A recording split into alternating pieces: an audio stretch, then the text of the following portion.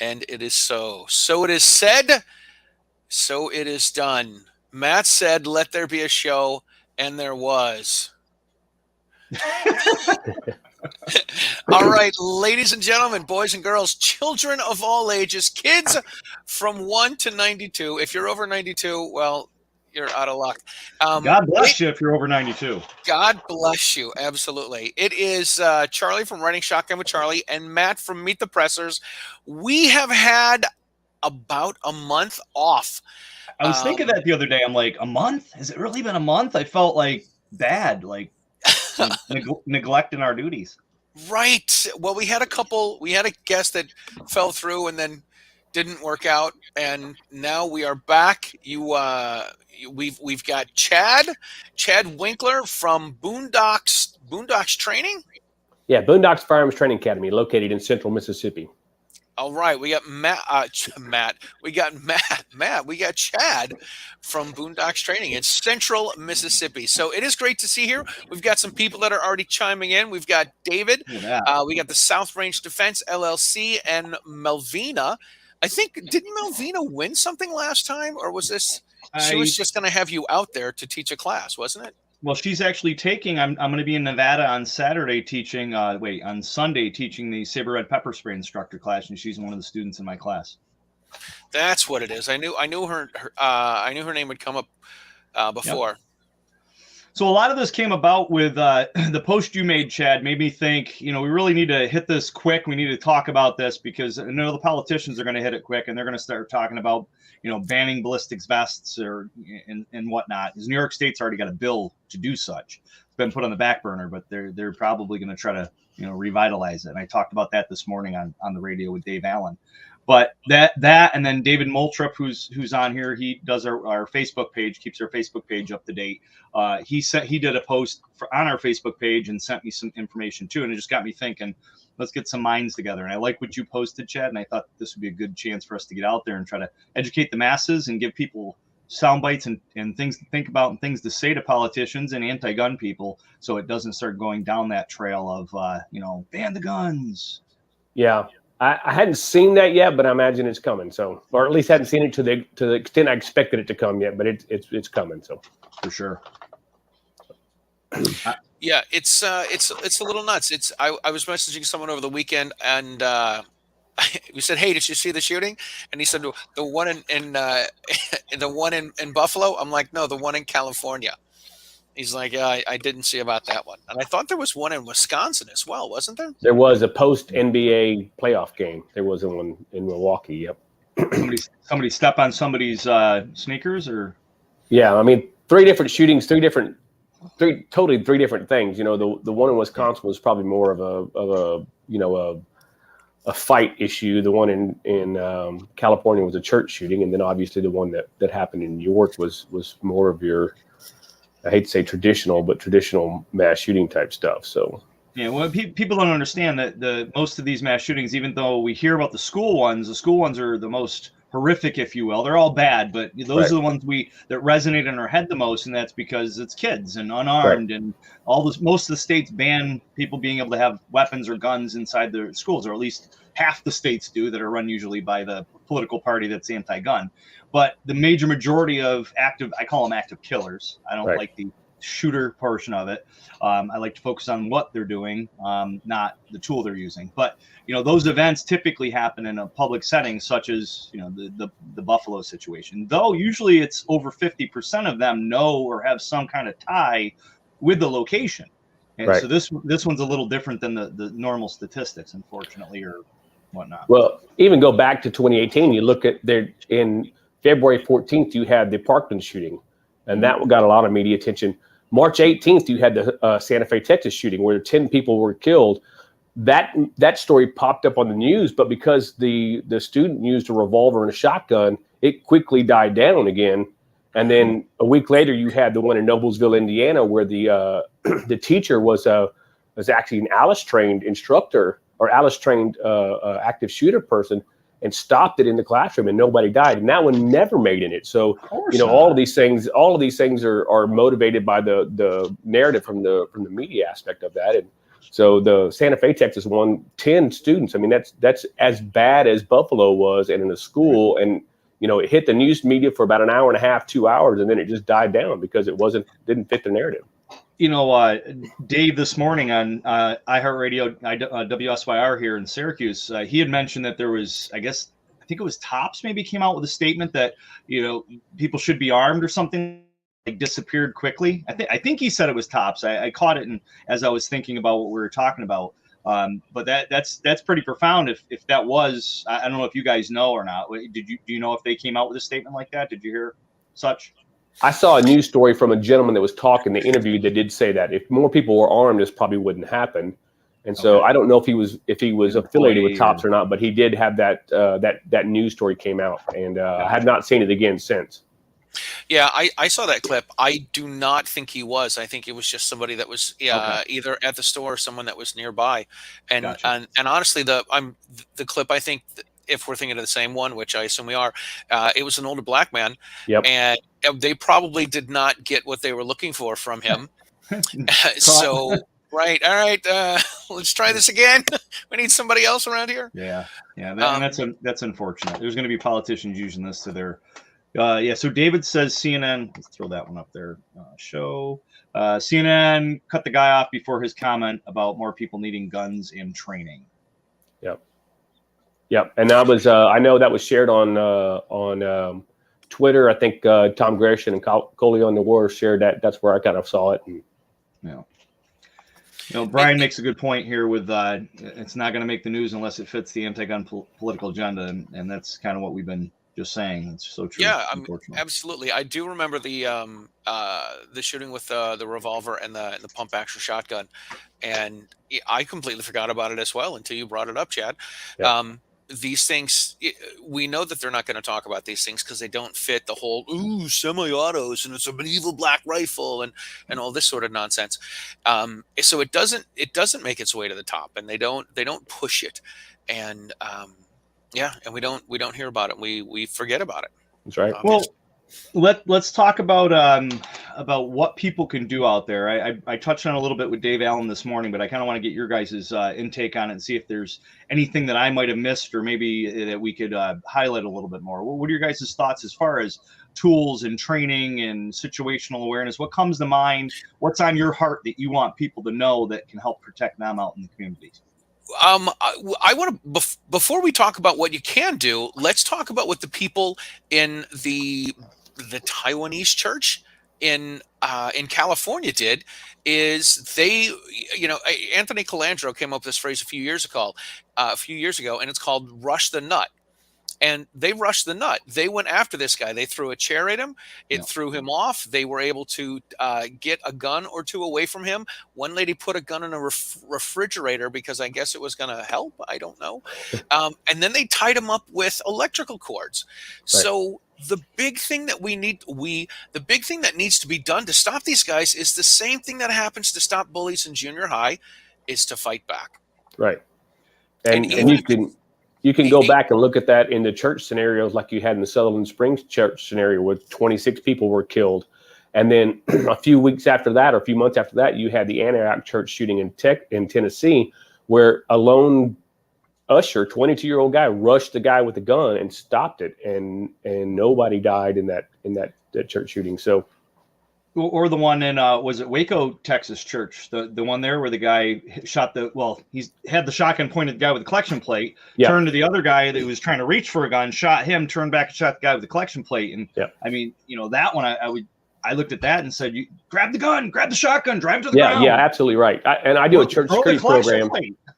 I do a church security program on that too, and we show that video, and we actually talk to those churches about the mindset of, here the guy's got a shotgun out. He pulled it out. He's already shot one guy. You're 4 feet from him. The mindset, going back to what Charlie said, what can they do? It's that mindset of making the decision that if there's a guy with a gun, I'm either going to move, find cover, or if I'm close enough, tackle the guy and get him on the ground. Yeah, absolutely. There was another shooting 15 years ago at a church in Colorado where again, the armed security guard at the church ended up stopping the murderer from killing more people and shooting more people. Yep. And that one, Barrett Kindred actually did a very, very good interview with Carl Chin on that shooting. And Carl Chin was in that church. And if you dig up that video, he talks about what he was armed with that day. He was armed with the Kel-Tec 32 in that. And he's like, this is not the gun you want to have to fight a guy that's coming down the hallway with an AR-style rifle. Yeah, and so it goes back to this church shooting in Buffalo. This grocery store shooting in Buffalo. That guy was armed with a long gun. And if I watched the video, he was moving and transitioning targets very, very quickly. And you got to have a gun that you can fight with. And that's part of the put I put in my post out there too, that Matt was talking about, was that, having a gun is important. Having a gun that you can get out of the holster is important. But having a gun that you can fight with in a situation like that is probably not going to be that little pocket pistol that most people tote around. So, right. Yeah, and it might be excessive to some people, but I'll say I have 2 guns, 2 knives, 2 flashlights, 2 less lethal items, and multiple medical items on me. I have my trifecta of tools, as I call it.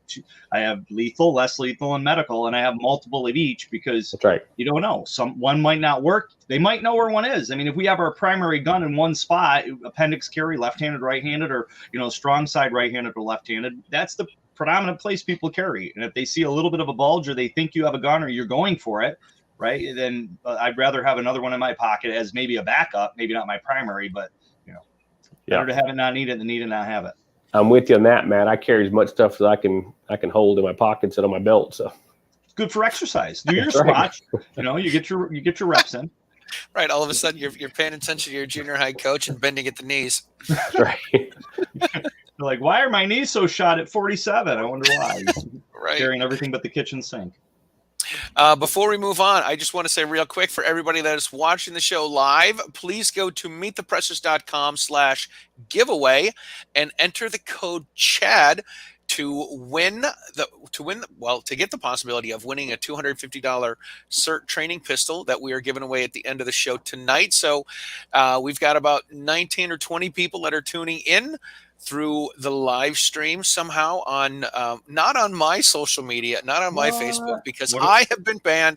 I 68 days left, or how many days? 68 or 67 days I have left on a ban from 2019. I can't believe that was 3 years. Right. Yeah, 3 years ago. But anyway, please enter in the giveaway, and we will be getting a SIRT training pistols to someone later this week.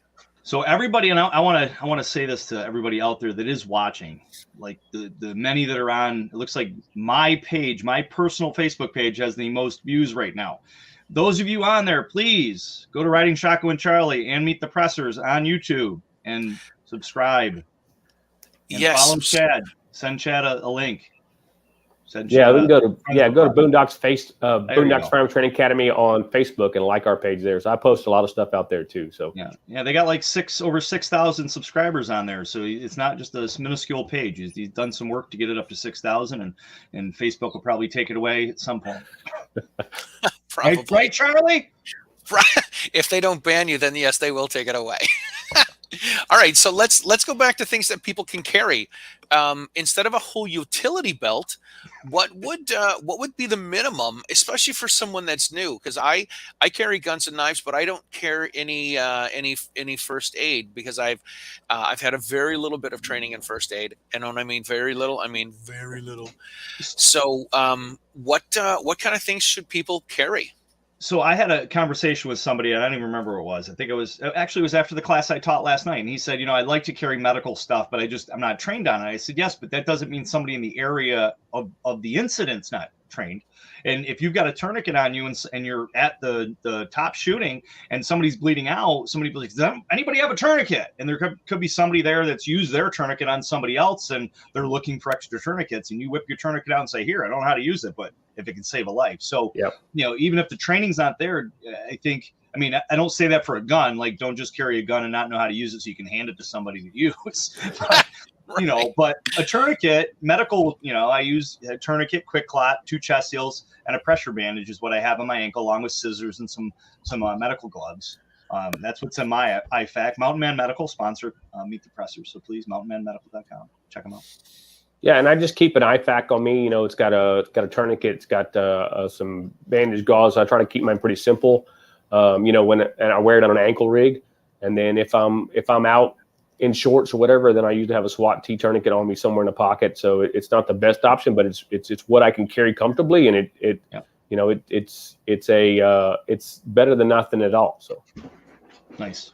Yeah, I mean, having it there, and I say it, and it's kind of cliche, but better to have it, not need it, than need to not have it. And then that second one I say is 2 is 1, 1 is none. That's why I have 2 of, as much as I can, I have 2 of everything, because you never know. One could break, you could be laying on it, and you can't get access to it, but you can get access to the other one, right? So staging those things around your body, and I get that a lot with because of law enforcement, because of what I do, and having to tussle with somebody, and big old duty belt. Having things spread out and situated around your body can be beneficial. And I think, if you look at the people, we teach classes, everything from the beginning, basic pistol type stuff, concealed carry type stuff. The more you dig into this, the more you see things that happen, the possibilities that can happen. You start saying, okay, this is not adequate for what that incident I just saw. And so maybe I need to upgrade a little bit. So, I know I started off with, a very minuscule carry firearm and very minuscule, tools that I could use. And, as I've trained more and I've watched more news stories that come out, I'm like, how would I respond to that? And that's the important part, is mentally preparing for that. Say, how would I have dealt with that situation? And would I be prepared to deal with that? If not, what do I need to change to be a little more prepared with that? And, sometimes I was on a radio show this morning, and we go back and we see these news stories pop up, like the Buffalo shooting aspect. Everybody they want to know what happened. And it's on the news for a week or 2 weeks. But important is to go back a month later, 2 months later, and read that news story when all those details is flushed out and all the preliminary data has been settled, and read what really happened in there. If you go back and look at the Clackamas Township Mall, nobody remembers that shooting. It happened on December 11th of 2012, and everybody quickly forgot it because on December 14th of that year was the Sandy Hook shooting. So you go back and look at the Clackamas Township Mall. That was a middle of December in a food court with a guy with an AR-style rifle. 2 people died in there. You start digging through, that doesn't make sense. Something happened in that story where there was some kind of issue in there that caused this from being worse than it was. And if you bury down or dig down into all the stories, you see there was a guy in that mall that had a Glock 22 on him, and he drew his firearm. The shooter had a malfunction. He drew his firearm and had him dead to rights, and he never pulled the trigger. He said, because I could not get a clear shot on him because there was people running behind him, and I was afraid I was going to hit somebody else. As soon as that happened, that guy went off into the stairwell and shot himself and killed himself.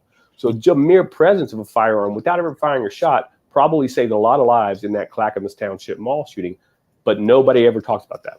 Right. And that's a good point, because when I was researching this, I looked and said, there's not a lot of information on it. There was his manifesto that he put out, which, by the way, isn't really commonplace for most people, but there were writing on the wall as far as his mental stability, as far as what he did. I think a law enforcement officer came out and said that he professed that he was going to shoot up his high school at graduation. A year ago when he was 17. And you know why he didn't end up being incarcerated for that is because we're in New York, and there's a thing called bail reform, and he was ROR'd, released on your own recognizance, and nothing came of it. That is the failure of the political system trying to push that political narrative of, we gotta give people their fair justice and duty. I get it, but put the money towards the court system. Don't let people out of jail because it's a minuscule crime, or they just said something and they didn't actually do it. Put more money into the court system so they can get fair due process. That's the way to go. I think they're doing it pandering for votes. But you mentioned something earlier, Chad, as far as we watch these situations happen and we learn from them. And David made a good point. David Moultrip had sent me a message yesterday asking about the failure drill, transition drill, different names in the industry, but basically it comes from Mozambique. And when our soldiers were shooting at these guys hyped up on opiates, hitting them in the chest, and they had ballistics vest on, didn't stop them. So then they learned, after multiple of our soldiers being killed by return fire from these people hopped up on opiates, that you got to transition to headshot, face shot, really, or pelvic girdle. And that's something that I'm going to push more so and try to teach more with civilians and security and definitely law enforcement as well. I have a security guard class Saturday that we're teaching here. We're doing the 8-hour annual New York State Security Guard Saturday. So we'll be definitely talking about that. And wear your freaking vest. If you're military or law enforcement or a security guard, you better freaking have a vest on. Yep. Absolutely. The oh my God. I just I was going to go someplace, but I forgot where I was. Gotta go to the bathroom already? Uno momento. No. All right, keep going. It'll come back to me. The other thing that stood out as far as him and professing all that, he scoped the place out. Yeah. Right? Was it Easter? I mean, he went over there and around Easter, was it? Did they say?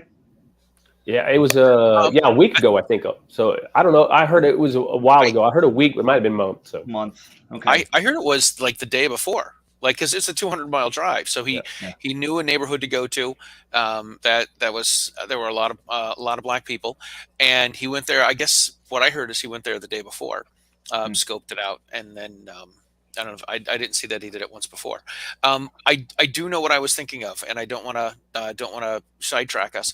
But what I was thinking is the government, the anti-gun folks, the president, they all want us to come out and they want us to think that the government's going to take care of us, and we know it's not the job of the government to take care of us. But they say the government's going to take care of us. And then they let these people, and we can go down the list. We have this guy. We have the guy from oh my God, Stephen Williford from the Sutherland Springs. All of these people have had what are they? They're frequent flyers. The police know who they are. Even the Parkland shooting was the same way too. The Parkland shooting was the same way too. So they should have been flagged. They shouldn't have been able to buy the gun. So. Absolutely. So they talk about having red flag laws. They talk about how the background checks are going to stop all this stuff from happening, and it doesn't. And then they're going to turn around and say, "Hey, listen, the government couldn't stop these people from getting firearms, or the government can't stop these people from doing these things, but the government's going to be the one to protect you when these things happen." Yeah, no. New York State Governor Kathy Hochul, she just said that. She made the statement that I'm going to do everything in my power to protect the people of New York. How? You know how she can do it? Get rid of all these senseless laws that stop good people from being able to protect themselves, because you can't carry a cop around on your back, and then put money into the mental aspect of it. This guy obviously had mental issues, and they failed. The government failed them. Right? Drug them up, get them out of jail, don't put them in a psych ward, because God forbid they actually need medical help.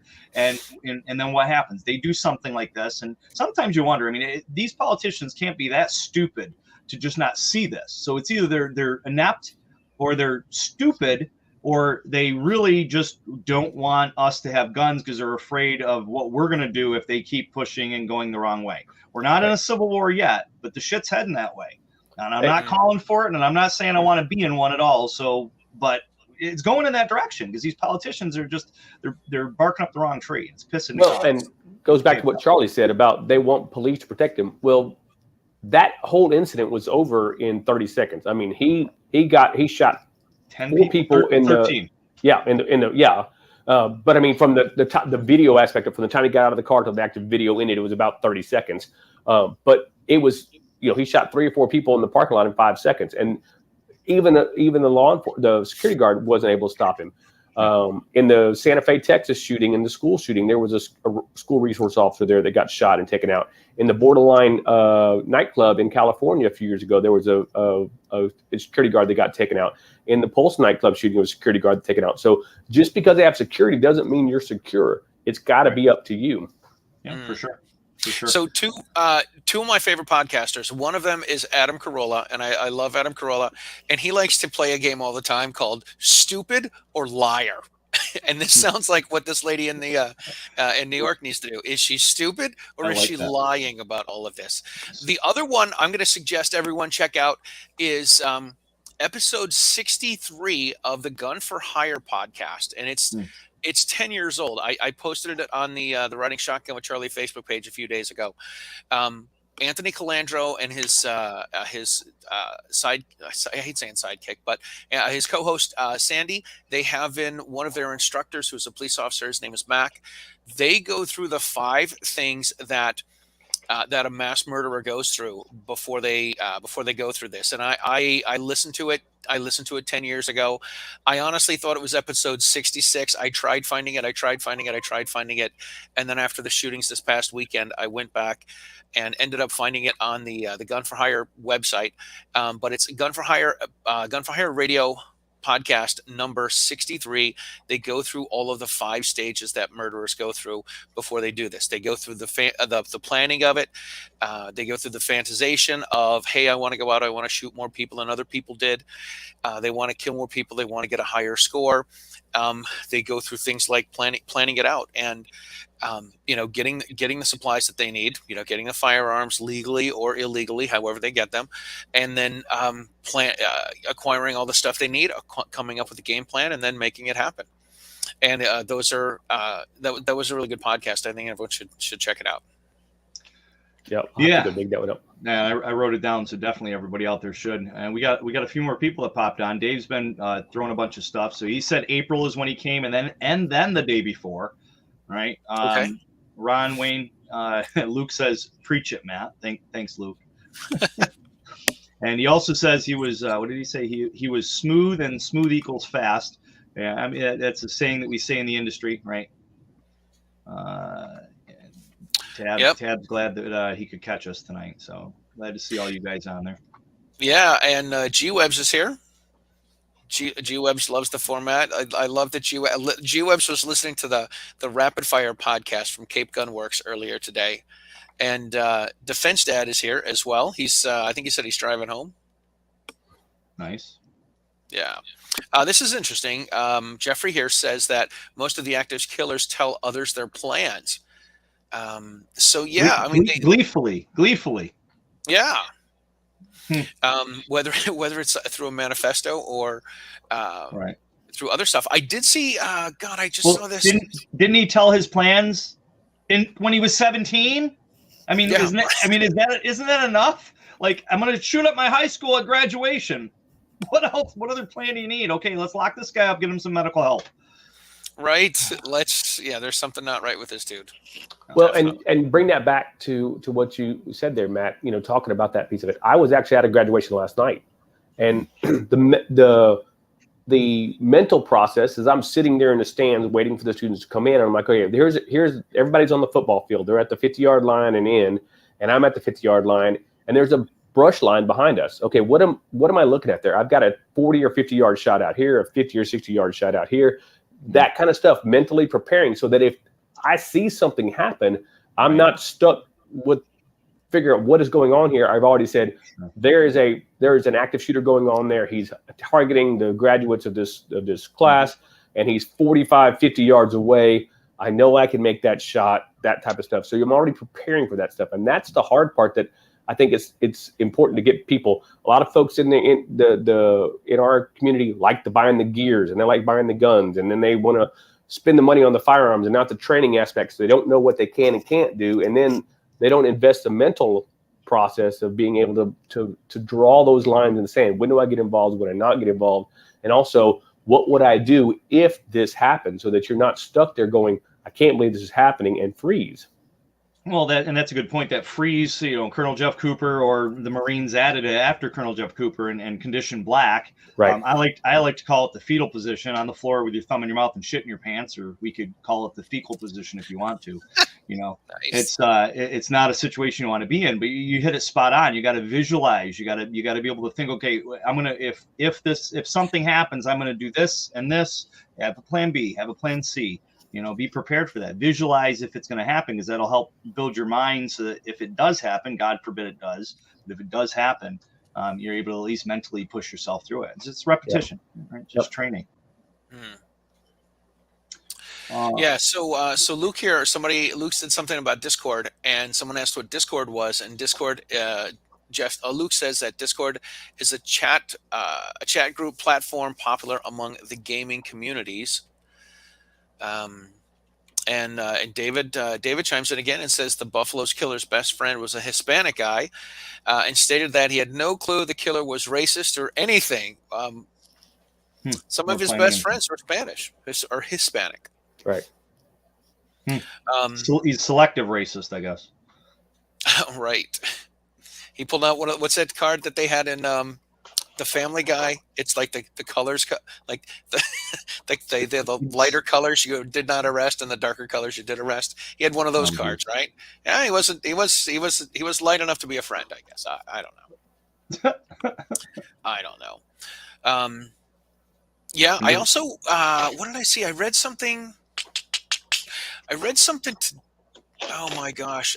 Just within an hour from when we started, and it was somebody was it was from the New York Post, and they were saying that free speech should be limited, certainly if it's hate speech or violent speech, and if someone's threatening, to me, I guess if someone's threatening an act of violence, then that should certainly be against community standards and should be taken down.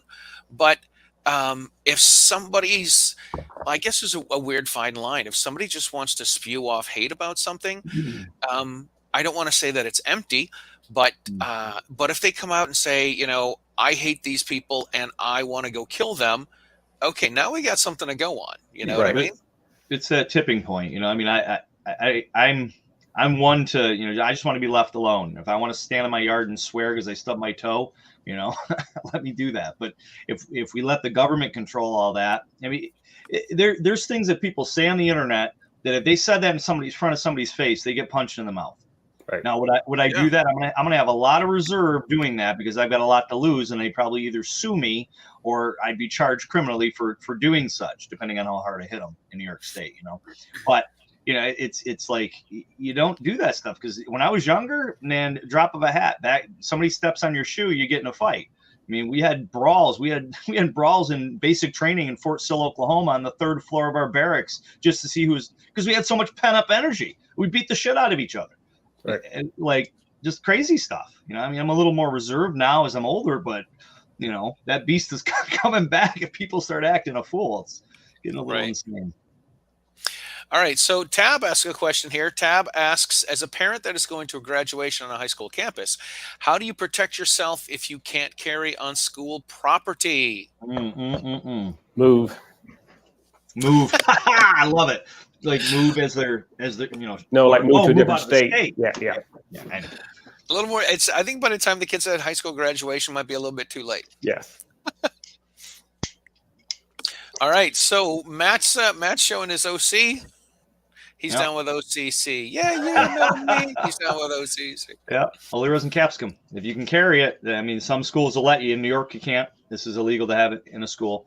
But you know, gun, knives, pepper spray, can't have it in New York in a school, that is. So, but I mean, a flashlight, right? Tab, if you got a flashlight, that's a good Kubaton right there. Not to mention it's a distraction technique. Okay, it's close quarters, so you have to be close to the individual. Tactical pen could be another one. If it has the bevel around the edge, it's also a DNA collector. Yes, that it is. We went to D.C. last year. My son's a big history buff, so we went to George Washington's home, Thomas Jefferson's home. Awesome. Did D.C. stuff. Then we went to Philadelphia and saw the place assigned Declaration of Independence Hall. We saw that, and we went to Gettysburg. And so in D.C., I mean, literally, I couldn't carry anything but a flashlight, and they actually confiscated my pepper spray at Arlington Cemetery. I'm like, really? I mean, they're already dead. You can't hurt them. Right.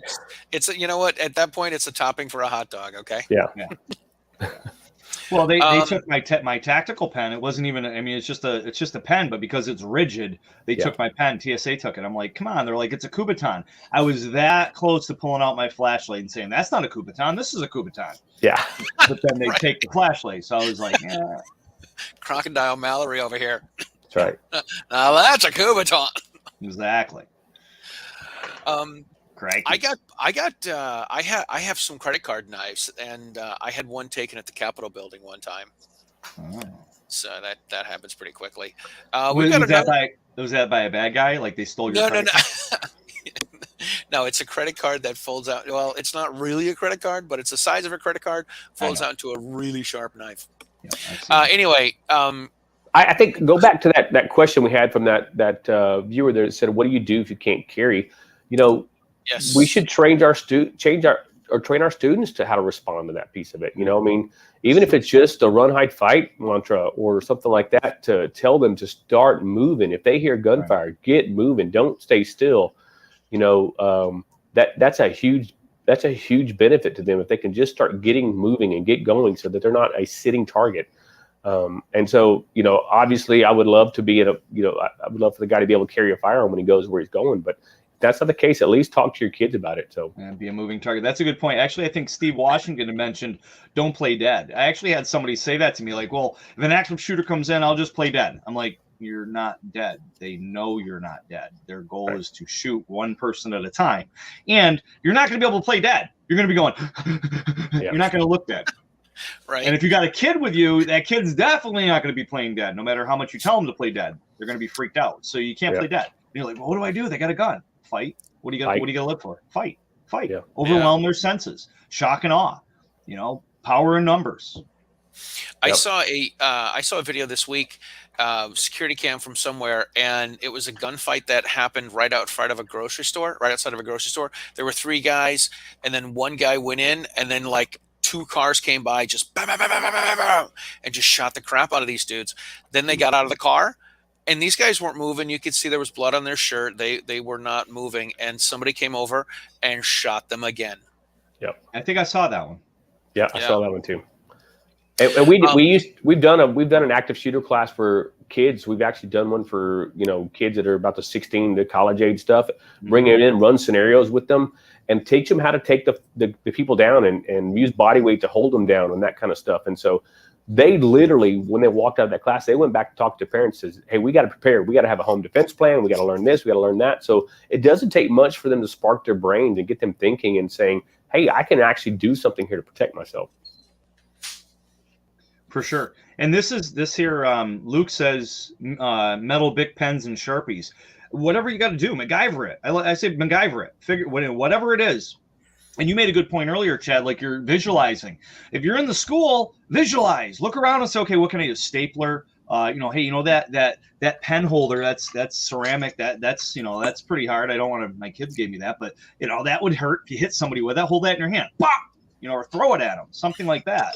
Break their OODA loop. Right, break their OODA loop, OODA loop, and shock and awe, because they don't think they're going to have a fight because there's no guns there. At least that's their thought. They don't have guns. They're going to be less likely to stop me. Once you start putting pressure on them, they give up. They'll push back. I mean, this guy was ready. Did anybody see this guy was ready to commit suicide? Put the gun to his head, and then he gave up. Yeah, he gave up. He didn't have enough balls to kill himself, but he had enough balls to kill 10 people.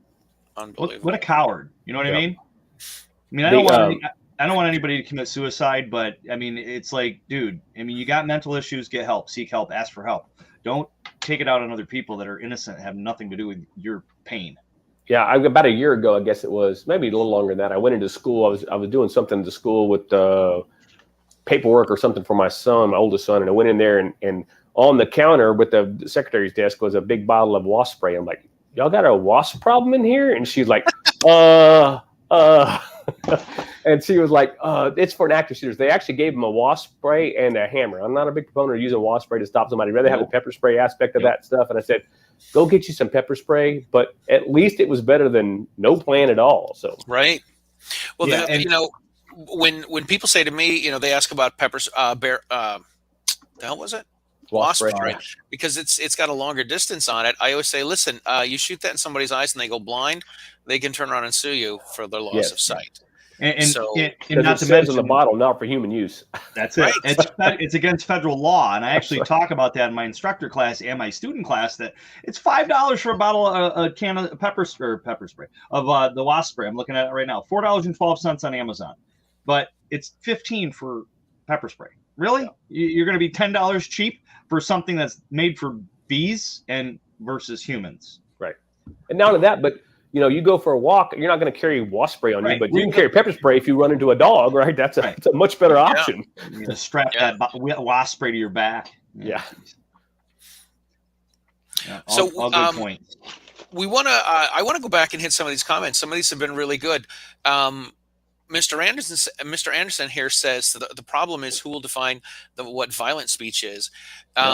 And I kind of agree. Like, I don't want someone to tell me what I'm offended by. I started this a while ago. I haven't done anything with it. I started a Facebook page called Poop. It's people I'm offended No, it's people offended by offended people. So you're offended. I'm offended that you're offended is what it comes down to. Right. And I would like to think that, violent speech is when you say you're going to hurt or harm someone. Yeah. I think that's, when it comes down. But of course, then there's always the fine line. Like, we're all ballpark the same age. How many times do we get mad at some kid and be like, "Oh, I'm going to kill you"? It's not really what we meant. We just were very frustrated and we didn't know how to use our words. What's the intent? What's the intent behind it? The only one that should be exempt from intent is Hillary Clinton. Well, wait, the only one that is exempt from. So Gene's got a good question here too. Can they actually prove it was racially motivated, or was it an ideal location? So much is blamed on race. Was he just trying to get a reaction by saying what he said? There are lots of questions. I don't know. I do think everyone is quick to call the to pull the race card on things. But I do think he said some stuff that was not good about black folks, from what I understand. So, I hate saying it was racially motivated. And I've actually started thinking about this, and I was listening to someone, and I can't remember who it was, and they said, how come nobody's saying the New York subway shooter, which was also racially motivated, how come we don't call him a black supremacist? And I'm like, oh man, we need to take the language back. That might be one way to take the language back. Touche. Well, and I think also this goes back to, and I haven't read the manifesto yet, but I've read information on what is said, and it's from what I've heard other people say. You hear one side of it and says this is racially motivated, and you hear the other side. It was just pure craziness. I mean, the guy was just completely nuts, and so it's one of those things too. You got to take that and say, okay, is it truly racially motivated, the aspect of it, or is he just nuts and he's gonna insult everybody and everything because he's just crazy? So obviously, if you go to that level, what he did, you've got to have a huge mental issue. So right. Some more quick comments here. Luke says, according to multiple politicians, Tucker Carlson says violent speech every night, which leads right into this one, which is a comment before his. The problem is with the snowflakes is if you disagree with them, it is violence. And that's where you start to say, you know what, this person's full of crap. They're just off their rocker. No. Completely off their rocker. I'll interject something here. It's like, we know a lot of the same people. If you go look at our social media contacts, we know a lot of the same people.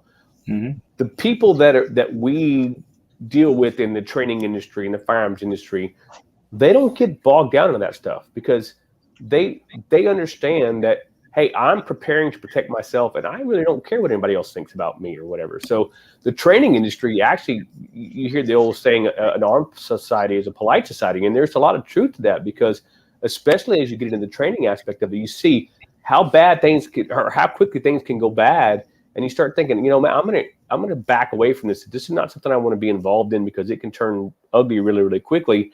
And whether that's a physical confrontation or just posting something on social media that comes back to haunt you later in a legal perspective aspect of that. So, people say, well, I don't need training. I've been shooting guns all my life. Well, maybe the training aspect of that, the carrying the firearm, will make you a little more responsible citizen because you're not going to jump out there and just start, lambasting people for their views and that kind of stuff.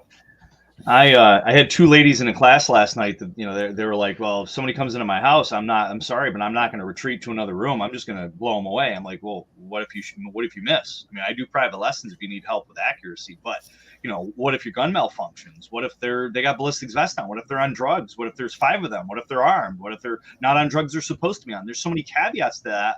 What is your goal for carrying a gun? To live, self-preservation. Right. What's the best way to survive? Don't be in the fight. Right. So why wouldn't you want to put doors between you? And they're like, you can see the light bulb go off in their head, like, oh, yeah, I guess that kind of does make sense, And it's not just the criminal aspect. Like I talk about the 4 horses of your apocalypse, that term I coined. It's the criminal, it's the civil, it's the jury of public opinion, it's the mental. Your life can change in more than just the am I legally allowed to do it? Right. And I had a similar situation when one of the very first classes I taught, my neighbor came over there and took the class. I kind of said, well, come take the class, and he's a big jiu-jitsu guy and tough guy. And, I was talking about somebody's breaking in my car. I'm not going out there stopping. He goes, no, you need to go shoot him if you break in your car. I said, okay, so what if I missed my car? Yeah. I said, where is your house at? He goes, well, it's right behind your car. I said, you have 5 kids. Do you really want me shooting into your house in the middle of the night? He goes, no, don't go out there and shoot him. So, and then I had something here in the house I live in now a few years ago happen. A guy, I heard somebody outside. I thought they were breaking into my truck. I was getting ready to call 911. They left. The next morning I go out there, truck's fine. The neighbor comes out. They said, they stole my truck last night. I said, I heard him. He goes, why didn't you stop him? I said, I don't like your truck that much. And he was like, what? I was like, call your insurance company. You got a brand new truck 6 weeks later. It's like, I'm not going out there getting involved in a gunfight over your truck. So there's, oh my gosh. So there's one thing I want to hit real quick before we get too far away from it. There's more to the Armed Society quote. I don't know if you guys know this. It's an armed society. It's a polite society. Manners are good when one may have to back up his acts with his life. I don't know if you guys ever heard the rest of that. And real quick, I just hitting on what you were talking about, Chad. I did a class, this Utah class over the weekend, and I told someone else, I told the guys, the folks in the class, I said, listen, I carry knife and guns to protect me and my kids. And that's as far as my little circle goes of people that I have to protect. If I shoot somebody and I miss, like you were talking about, Chad, if I shoot someone and miss, I'm getting arrested. I'm going to jail. I'm buying an attorney a new house, and my name's in the paper. My kids' friends think that I'm some vigilante, Punisher, Batman, and you're going to take me to Applebee's for a $13 steak dinner. You guys are great, but I'm not going to kill someone for a $13 steak dinner when I'm the one that's got more more skin in the game for this than you do. And that doesn't mean I'm not going to be a good witness. That doesn't mean I'm not going to call the police. That doesn't mean I'm not going to turn my phone sideways to get some good video. I'm going to do all of those things, but I'm not going to pull my gun out to save someone else's life who I don't know if my life is not in danger. And you can be a good Samaritan without jumping into a pool with 2 feet, not knowing if you can swim or if there's sharks in there.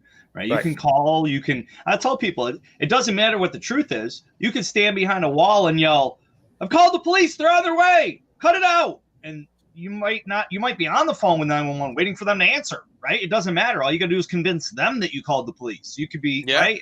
So a lot of people think that you got to just jump in and you got a gun. Well, the gun should be your last resort. And I always use this statement as, what would you do if you didn't have a gun? They're like, well, I got a gun. Why do I get it? No, well, because the gun might malfunction. They might be better armed than you.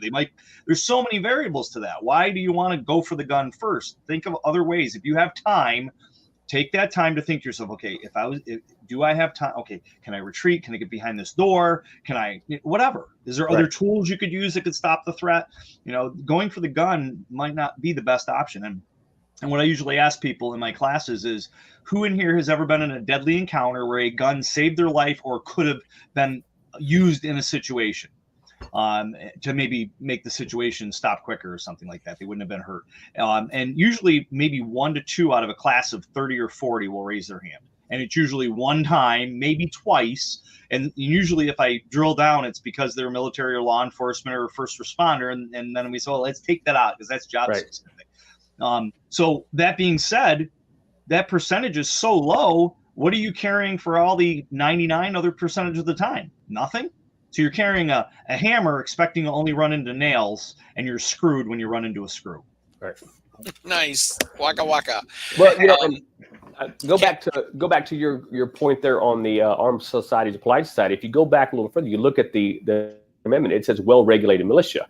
Now, today, most people will try to use that as saying, well, we have to have regulations in the Second Amendment. That's not what well-regulated meant in the 1700s. Well-regulated meant functioning as expected. When they're talking about scales, the scales were working fixed. So that meant people that actually knew how to use their firearm efficiently. Yep. And so the training aspect goes right back to that piece of it. It wasn't regulated as far as laws. It was a different meaning for regulation back in the 1700s. And so people now, constitutional carry, say, well, I've got a gun and I can solve the problem. The more training you get, the less likely you are to go to the gun.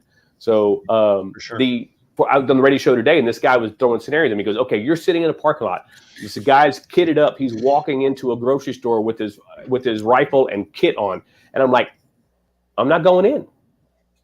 And he's like, Right. "Well, what if you can stop him?" I was like, "There's nobody in there that I'm going in there for." Now, if I'm at a school and I'm dropping my son off, and there's a guy going into a rifle with the school, then I'm going in, because those kids can't protect themselves.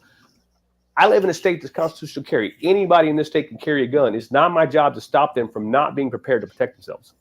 Yeah, and you could misdiagnose it. It could be an off-duty officer that just pulled an AR out of his trunk and he's running in to stop an active shooter inside, and then you shoot him, and now you're screwed. You know, Right. your life's going to change because you made a decision that you weren't prepared for. Right. And And there's so after many the variables. after the El Paso shooting, you know, that was a Walmart shooter in El Paso. We actually had a guy in Mississippi that decided it was a good idea to go walk around Walmart with an AR-15 open carry at Walmart. I'm like, what if that was me to go in there and say, I'm going to stop him because they have a gun? And this guy was doing no harm other than saying he wanted to protect his right to open carry, which was a very dumb thing to do, especially after the situation that happened a few weeks ago in that shooting. I was in Texas just teaching the two classes, the UTM and the Saber classes, and everybody's open carrying down there, and I felt kind of weird, you know. I felt like that's kind of neat, but I know there's a lot of people that weren't open carrying, and I'm not a proponent for open carrying because the bad guy is going to attack the gun first, is my thought process. But I'm not going to fault anybody that wants to open carry, and God bless them for doing it or wanting to do it. But you know, it's just in New York, somebody's open carrying, people are going to automatically think that they're a bad guy, right? They're a bad guy. Yep. Guns and Barbecue here says, I don't understand why people have a hero complex when they strap a firearm to their person. My attitude is, I like to tell people that I might wear tights, but I'm not a superhero. Yeah. and I only have to be a superhero to my son and my daughter, and that's it. And I think when people are new to gun stuff, or when they're not gun stuff, they're not gun folks, you know, you talk to your non-gun friends and like, what do you carry a gun for? What are you afraid someone's going to pull over, get in a fight on the side of the road? I'm like, I'm 52 years old. I've never gotten to a fight on the side of the road. Like that's crazy talk. And that makes me, yes, there you go. And I always say to them, you know what, here's the deal. I don't know. I just lost my train of thought. You threw me off of the Thomas Yoxel. Sorry. Oh my God, that's all right. I start to tell them that I don't think they're smart enough to have a gun. So I'm going to say it's going to go back to, it's not just getting a gun, it's getting training and then having more training. And even if you're like some of the classes that people go to are expensive. Some places are, you know, if you take, I thought about taking a 5-day class at Gunsight with a bunch of friends this fall. It's an $1,800 class. Yep. It's 2,000 miles away. Or 2,500 miles away. It's a week in a hotel. It's a food. It's all of that stuff. I get it. Buy a book. Get a book. Or you know what? I'm going to put a plug in here. I know Trampus is watching. Check out the Armed Lifestyle magazine. And get some sort of an education. Before I started taking training classes, before I started doing more classes over the last few years, I wish I liked reading as much as I like buying books, because I will buy a boatload of books on things that I think I want to read about, and then I have all this education shitting on myself. Shitting on myself. Now, like these little New York State corrections pens. They got different colors for different skin tones. Yeah. Anyway, sorry. And I'll go back to, I was going to say, I was that guy that said, I've been shooting guns all my life. I mean, I grew up in Texas. We have 150 acres. I shot guns all the time. My dad, his nickname was Grizz. If you were a child of the 70s, you know who Grizzly Adams is. That was my dad, right? Wow. And so we shot firearms all the time. And it wasn't until I moved to Mississippi and took a class that realized that just because I knew how to shoot a gun didn't mean I knew how to use it in a self-defense incident. And that started my training journey. Mm-hmm. And I was like, oh my gosh, my dad taught me how to shoot. He was really good at shooting. I was nowhere near as good as him because he had a little bit of natural ability, and I have to really work at it. And I spent years breaking bad habits to get to the point that I am at now. So And I relate that to vehicles. Like if you can drive a stick shift, great. But did you start driving a stick shift? No, you probably started driving an automatic. Maybe some people started with stick. You go from an automatic to a stick shift. It's not, the transition might be a little easy, but there's still a learning curve. Just like going from a shotgun or a rifle, a long gun to a handgun. There's a learning curve. And if somebody's like, "Oh, I was a pro," okay, well, great. Then how did you do? You drive a rig? Yeah, I've driven a rig. Were you good at it? Were you grinding gears? Yeah, I was grinding gears, right? So there's a transition from tool to tool. Yep. Yeah. I too had the hero thing when I became a gun guy. There was the mall that we used to shop at. I used to think that I wanted to take out a terrorist at the local mall, and everyone thought I was nuts. And then I found out about 7 or 8 years later, there was a guy that was a teacher at the mosque down the road from the church we used to go to that was planning a shoot 'em up at the mall that we used to go to. And I felt a little vindicated, but by then I certainly changed my attitude. I'm like, yeah, I'm getting me and the family out of there. That is the game plan. I'm pulling down the contest, so I can put down the list. So while Matt is working on the list, if you have not entered the contest to win the $250 next level training SIRT pistol, you are out of luck. Nope. While Matt is doing that, this has been a great conversation, and I'm really glad that we were able to get Chad tonight. This is funny. Matt messaged me. He's like, "Hey, let's have Chad on the show." I'm like, "Chad who?" Yeah. So he's like, "Can you do a show Wednesday?" I'm like, "Yes." And he's like, "Great, we're booked for May 25th." I'm like, "Yeah, I'm going to be traveling towards NRA. What about this Wednesday?" He's like, "Chad can do this Wednesday." I'm like, "Perfect. This is awesome." Who's Chad? Right.